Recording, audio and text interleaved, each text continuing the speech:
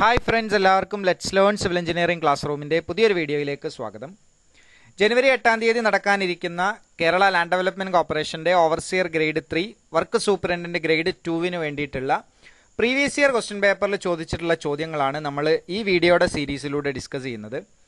ഇന്ന് നമ്മൾ ഡിസ്കസ് ചെയ്യുന്നത് 2019 നടന്നിട്ടുള്ള ഇൻഡസ്ട്രിയൽ ട്രെയിനിങ്ങിൻ്റെ ജൂനിയർ ഇൻസ്ട്രക്ടറുടെ ക്വസ്റ്റ്യൻ പേപ്പറാണ്. ആ ക്വസ്റ്റ്യൻ പേപ്പറിലുള്ള 5-ാമത്തെ വീഡിയോ ആണിത്. മുൻപത്തെ വീഡിയോസിൽ പാർട്ട് 1 മുതൽ 20 വരെയുള്ളതിൽ KLDCയുടെ മുൻപത്തെ ക്വസ്റ്റ്യൻ പേപ്പറുകളും പാർട്ട് 21 മുതൽ 30 വരെയുള്ളതിൽ നിങ്ങൾക്ക് PWD ഇറിഗേഷൻ്റെ ഓവർസിയർ ഗ്രേഡ് 3യുടെ ക്വസ്റ്റ്യൻ പേപ്പറുമാണ് ഉള്ളത്. അപ്പോൾ നമ്മൾ ഇന്നത്തെ ക്വസ്റ്റ്യനിലോട്ട് കടക്കുന്നതിന് മുമ്പ് എല്ലാവരും ഈ ചാനൽ സബ്സ്ക്രൈബ് ചെയ്യുക. ഇതുപോലത്തെ വീഡിയോസിന് നോട്ടിഫിക്കേഷൻ ലഭിക്കാൻ വേണ്ടിയിട്ട് ബെൽ ബട്ടൺ ക്ലിക്ക് ചെയ്യുക. അപ്പോൾ നമുക്ക് ഇന്നത്തെ ആദ്യത്തെ ക്വസ്റ്റ്യൻ ഏതാണെന്ന് നോക്കാം. First question, product of blast furnace is known as. Blast ഫർണസിൻ്റെ പ്രൊഡക്റ്റ് എന്താണ്, അല്ലെങ്കിൽ അതിൽ നിന്ന് നമുക്ക് കിട്ടുന്ന, ബ്ലാസ്റ്റ് ഫർണസിൽ നിന്ന് നമുക്ക് കിട്ടുന്നത് എന്താണ് എന്നുള്ളതാണ് ഇവിടുത്തെ ചോദ്യം.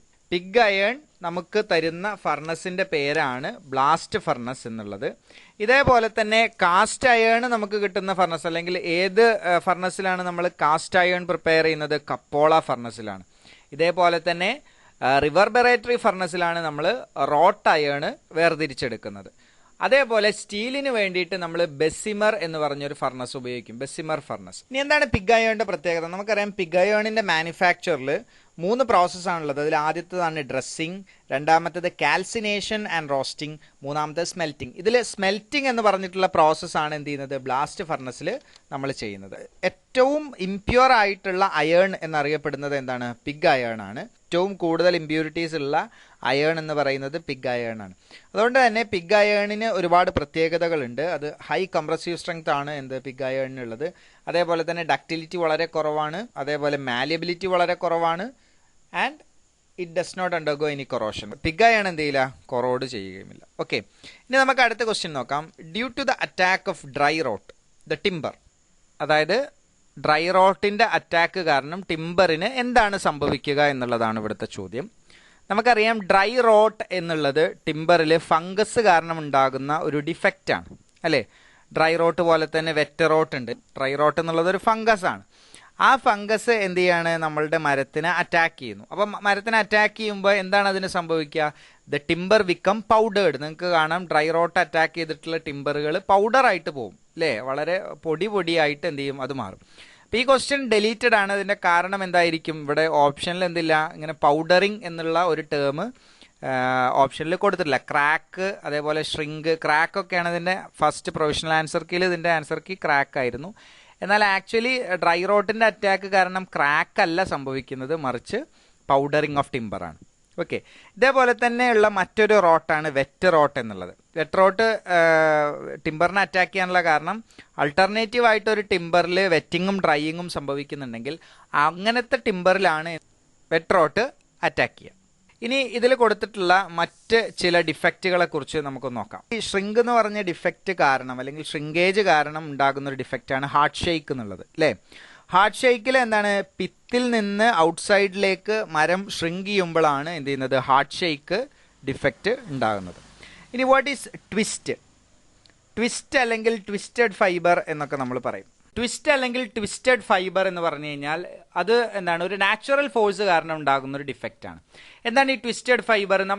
നമ്മൾ കണ്ടിട്ടുണ്ടാവും, ചിലപ്പോൾ മരങ്ങളൊക്കെ കാറ്റ് കാരണം എന്ത് ചെയ്യുക? അത് സ്പൈറലി ട്വിസ്റ്റഡ് ആയിട്ട് പോവുക. അപ്പോൾ അതിൻ്റെ ആക്സിയലി തന്നെ എന്ത് ചെയ്യണം? അത് സ്പൈറലി ട്വിസ്റ്റഡ് ആയിട്ട് പോകുന്ന അങ്ങനത്തെ ടിംബറുകളെയാണ്, അതിൻ്റെ ഗ്രെയിൻസ് ഒക്കെ എന്ത് ചെയ്തിട്ടുണ്ടാവും? ട്വിസ്റ്റ് ചെയ്തിട്ടുണ്ടാവും. സോ അങ്ങനത്തെ ഡിഫക്റ്റിനെയാണ് നമ്മൾ ട്വിസ്റ്റ് അല്ലെങ്കിൽ ട്വിസ്റ്റഡ് ഫൈബർ എന്ന് പറയും. ഈ ട്വിസ്റ്റഡ് ഫൈബറിൻ്റെ മറ്റൊരു പേരാണ് വാണ്ടറിങ് ഹേർട്സ് എന്നുള്ളത്. ഓക്കെ, ഇനി വാട്ട് ഈസ് ഹാർഡൻ? ഹാർഡൻ എന്ന് പറഞ്ഞിട്ട് നമുക്കൊരു ഡിഫക്റ്റ് ഇല്ല, മറിച്ച് എന്താണ്? നോട്ട് എന്ന് പറഞ്ഞൊരു ഡിഫക്റ്റ് ഉണ്ട്. അതെന്താണ്? നമ്മളുടെ കണ്ടിന്യൂസ് ആയിട്ടുള്ള ട്രീയിലോട്ട് എന്ത് ചെയ്യാണ്? പിന്നെ ന്യൂട്രിയൻസ് സപ്ലൈ കാരണം, ഇപ്പോൾ ഒരു ബ്രാഞ്ച് നമ്മൾ ഇംപ്രോപ്പർ ആയിട്ട് കട്ട് ചെയ്ത് കഴിഞ്ഞാൽ അങ്ങോട്ട് എന്ത് ചെയ്യും? ട്രീ കണ്ടിന്യൂസ് ആയിട്ട് നമ്മളുടെ കണ്ടിന്യൂസ് ആയിട്ട് അങ്ങോട്ട് ന്യൂട്രിയൻസ് സപ്ലൈ ചെയ്യുന്നത് കാരണം അവിടെ ഒരു ഹാർഡ് സ്റ്റോൺ പോലെയുള്ള ഒരു പോർഷൻ ഫോം ചെയ്യും. ഓക്കെ, സോ ആ പോർഷനെ നമ്മൾ എന്ത് പറയും? ഇതൊരു ഹാർഡ് പോർഷനായിട്ട് അതിനെ നമ്മൾ എന്ത് പറയും?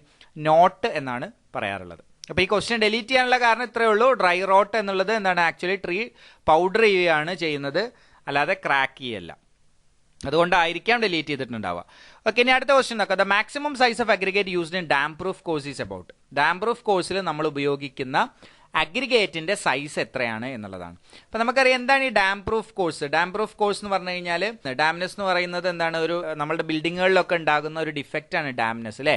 വെള്ളത്തിന്റെ അംശം കാരണം എന്ത് ചെയ്യുക, നമ്മുടെ ഭിത്തിയും ചുമരുകളും അതേപോലെ തന്നെ തറയിലൂടെയൊക്കെ എന്ത് ചെയ്യുക കയറി നമ്മുടെ ചില ചുമര് ഭാഗങ്ങളൊക്കെ നനഞ്ഞു നിൽക്കുന്ന അങ്ങനെ ഒരു ഡിഫക്റ്റ് ഉണ്ട്. അതിനെയാണ് നമ്മൾ ഡാംനെസ് എന്ന് പറയുന്നത്. കാരണം ഫംഗൽ അറ്റാക്ക് ഒക്കെ ഉണ്ടാവും, പല പ്രശ്നങ്ങൾ എന്തുണ്ടാവും നമ്മുടെ ബിൽഡിങ്ങിന് ഉണ്ടാവും. സ്റ്റെബിലിറ്റി അതേപോലെ തന്നെ അതിൻ്റെ സ്ട്രെങ്ത് ഒക്കെ നഷ്ടപ്പെട്ടു പോവുക. അപ്പോൾ ഇങ്ങനെ വരുന്ന ഡാംനെസ്സിനെ റെസിസ്റ്റ് ചെയ്യാൻ വേണ്ടി നമ്മൾ കൊടുക്കുന്ന ഒരു ലെയറാണ്, ഒരു കോഴ്സാണ് എന്ത് ഡാം പ്രൂഫ് കോഴ്സ് എന്നുള്ളത്. അപ്പോൾ അതിനു വേണ്ടി നമ്മൾ കോൺക്രീറ്റ് ഉപയോഗിക്കാറുണ്ട്. അപ്പോൾ ആ കോൺക്രീറ്റ് ഒരു ലെയറായിട്ട് കൊടുത്തു കഴിഞ്ഞാൽ അതെന്താണ്, അതും ഒരു ഡാം പ്രൂഫ് കോഴ്സാണ്. അപ്പോൾ ഇങ്ങനെ നമ്മൾ കൊടുക്കുന്ന അത് വളരെ എന്താണ് തിന്നായിട്ടുള്ള ഒരു ലെയർ ആയിരിക്കും. എന്ത് കോൺക്രീറ്റ് ഒക്കെ ഉപയോഗിച്ച് നമ്മൾ ചെയ്യുകയാണെങ്കിലും വളരെ തിന്നായിട്ടുള്ള ഒരു ലെയറാണ് ആക്ച്വലി ഡാം പ്രൂഫ് കോഴ്സ് എന്നുള്ളത്. അപ്പോൾ ഈ ഡാം പ്രൂഫ് കോഴ്സിൽ നമ്മൾ ഉപയോഗിക്കുന്ന മാക്സിമം സൈസ് ഓഫ് അഗ്രിഗേറ്റ് എന്ന് പറയുന്നത് 10 mm ആണ്. 10 mm അഗ്രിഗേറ്റുകൾ ഉപയോഗിച്ചുകൊണ്ടാണ് ഡാം പ്രൂഫ് കോഴ്സ് അല്ലെങ്കിൽ അഗ്രിഗേറ്റ് കോൺക്രീറ്റ് ഉണ്ടാക്കുമ്പോൾ നമ്മൾ 10 mm അഗ്രിഗേറ്റ് മാക്സിമം ഉപയോഗിക്കാറുള്ളൂ. ഇനി അടുത്ത ക്വസ്റ്റ്യൻ നോക്കാം. The window provided on a sloping roof of a building is called as. ഒരു ബിൽഡിങ്ങിന്റെ സ്ലോപ്പിംഗ് റൂഫിൽ നമ്മൾ കൊടുക്കുന്ന വിൻഡോ ഏതാണ് എന്നുള്ളതാണ് ചോദ്യം. ഇത് പല തവണ എന്ത് ചെയ്തിട്ടുണ്ട്, ഈ ചോദ്യം ചോദിച്ചിട്ടുണ്ട്. ഒരുപാട് തവണ നമ്മൾ ഇതിനെക്കുറിച്ച് ഡിസ്കസ് ചെയ്തിട്ടുണ്ട്.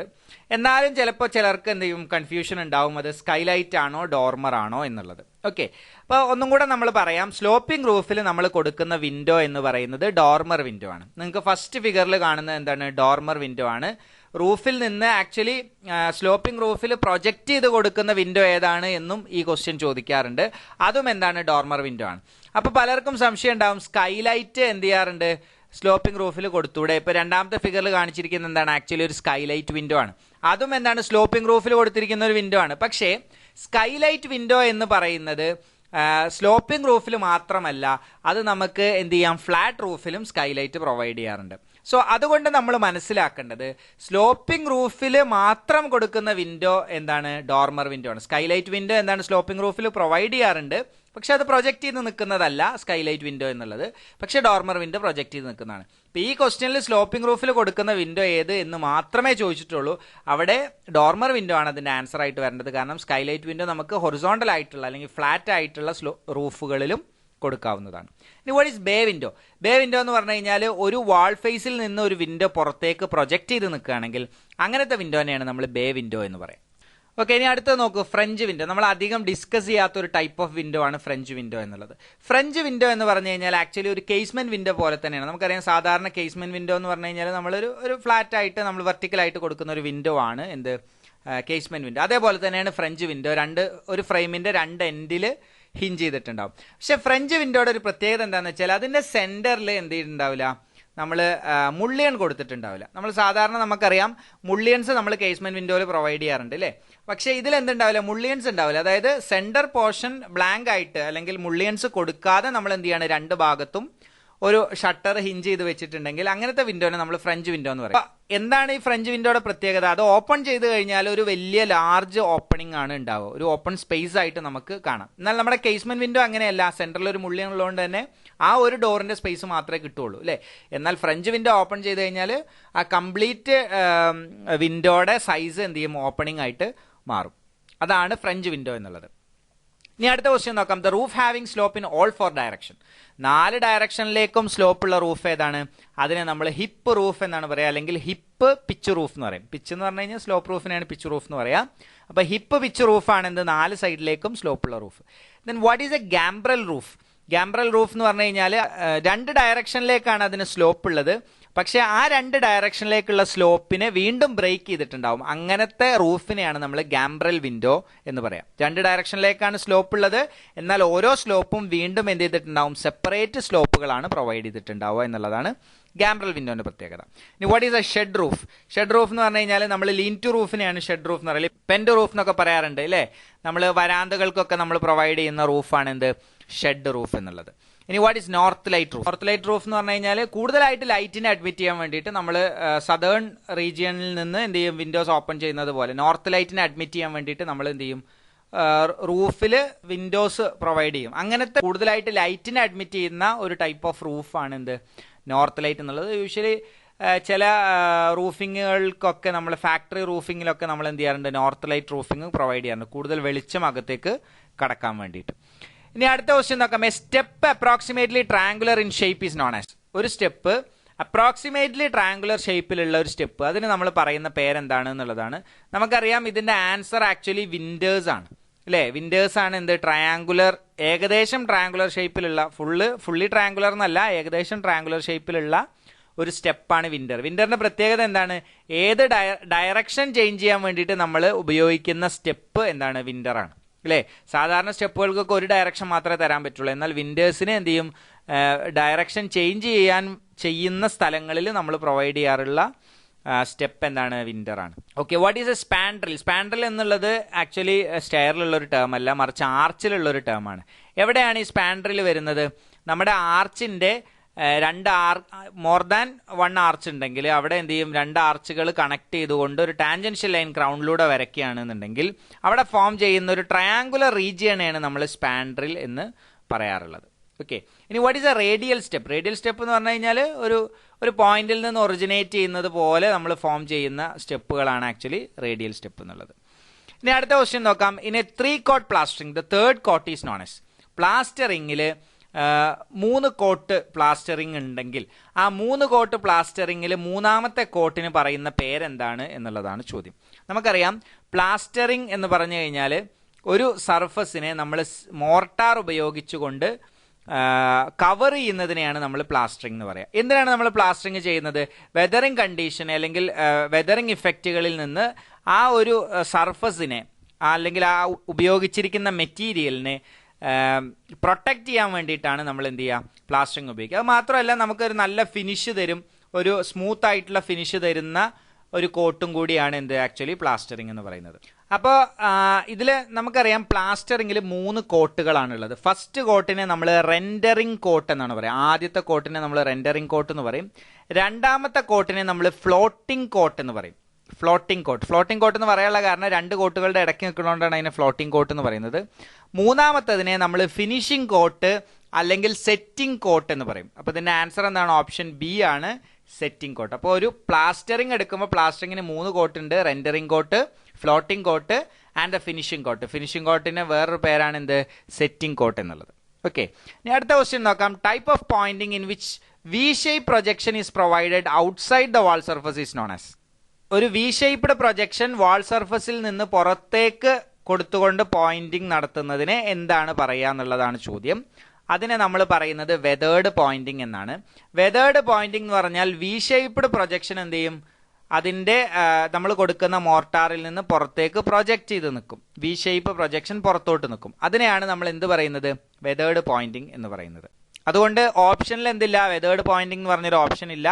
അതുകൊണ്ട് തന്നെ എന്ത് ചെയ്തിട്ടുണ്ട്, ഈ ക്വസ്റ്റ്യൻ ഡിലീറ്റ് ചെയ്തിട്ടുണ്ട്. ഇനി what is a struck pointing? Struck pointing എന്ന് പറഞ്ഞു കഴിഞ്ഞാൽ പഴയ മോർട്ടാറിൽ നിന്ന് പുതിയ മോർട്ടാർ നമ്മൾ ഫിനിഷ് ചെയ്യുന്ന സമയത്ത് നമ്മൾ എന്ത് ചെയ്യാണ്, ഒരു റിസഷൻ എന്ത് ചെയ്യണം, മുകൾ ഭാഗത്തേക്ക് കുറച്ച് ഭാഗം പ്രസ് ചെയ്തുകൊണ്ട് ഇൻക്ലൈൻഡ് ആയിട്ട് നമ്മൾ കൊടുക്കുകയാണെന്നുണ്ടെങ്കിൽ അതിനെ നമ്മൾ പറയുന്നത് സ്റ്റക്ക് പോയിന്റിംഗ് എന്നാണ്. ഓക്കെ, ഇനി what is groove pointing? Groove പോയിന്റിങ്ങിനെ നമ്മൾ റബ്ബഡ് പോയിന്റിംഗ് എന്നോ കീഡ് പോയിന്റിംഗ് എന്നൊക്കെ പറയാറുണ്ട്.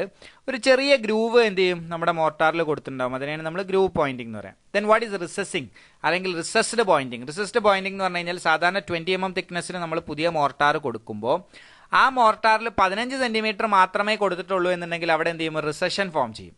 സോ അതിനെയാണ് നമ്മൾ റിസസ്ഡ് പോയിന്റിംഗ് എന്ന് പറയുന്നത്. Of rigidity may be defined as the ratio of. എന്താണ് ഈ modulus of rigidity? Modulus of റിജിഡിറ്റിനെ നമ്മൾ ഷിയർ മോഡുലസ് എന്ന് പറയാറുണ്ട്. അപ്പൊ പെട്ടെന്ന് നമുക്ക് മനസ്സിലാവും modulus of rigidity shear modulus ആയതുകൊണ്ട് തന്നെ എന്താണ് shear modulus? It is the ratio of shear stress to the shear strain. ഒരു മെറ്റീരിയലിന്റെ ഷിയർ സ്ട്രെസ്സും ഷിയർ സ്ട്രെയിനും തമ്മിലുള്ള റേഷ്യോനെയാണ് നമ്മൾ മോഡുലസ് ഓഫ് റിജിഡിറ്റി അല്ലെങ്കിൽ ഷിയർ മോഡുലസ് എന്ന് പറയുന്നത്.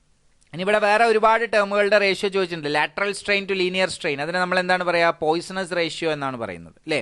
Linear stress to linear strain, എന്താണ് linear stress to linear strain? Stress by strain എന്നുള്ളത് എന്താണ്, മോഡുലസ് ഓഫ് ഇലാസ്റ്റിസിറ്റി ആണ്. അത് ലീനിയർ ആണെങ്കിലും ലാറ്ററൽ ആണെങ്കിലും മോഡുലസ് ഓഫ് ഇലാസ്റ്റിസിറ്റി ആണ്. ഓക്കെ, അപ്പോൾ മോഡുലസ് ഓഫ് റിജിഡിറ്റി അല്ലെങ്കിൽ ഷിയർ മോഡുലസ് എന്ന് പറഞ്ഞു കഴിഞ്ഞാൽ it is the ratio of shear stress to the shear strain. അപ്പോൾ ഈ ഭാഗം എല്ലാവർക്കും മനസ്സിലായി എന്ന് വിചാരിക്കുന്നു. Thank you for watching the video.